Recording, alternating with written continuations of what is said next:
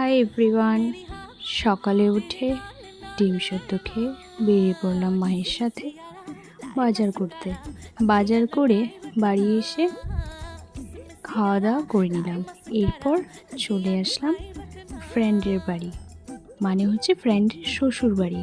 ওর যেহেতু কদিন আগে বিয়ে হয়েছে, তাই ওর গিফটটা দেওয়া হয়ে ওঠেনি, তাই আমি আজকে চলে আসলাম ওর গিফটটা দেওয়ার জন্য শ্বশুর বাড়ি।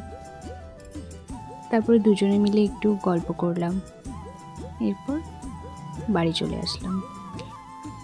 আর অনেক দিন ধরেই সেদ্ধ ভাত খেতে ইচ্ছে করছিল, তাই আজ মাকে রাতে বললাম যে আমার জন্য একটু করে সেদ্ধ ভাত করো। তাই মা আমাকে আজ রাতে সেদ্ধ ভাত করে দিল।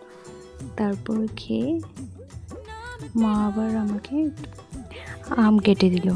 তারপর আমটা খেয়ে নিলাম, এরপর শুয়ে পড়লাম। বাই।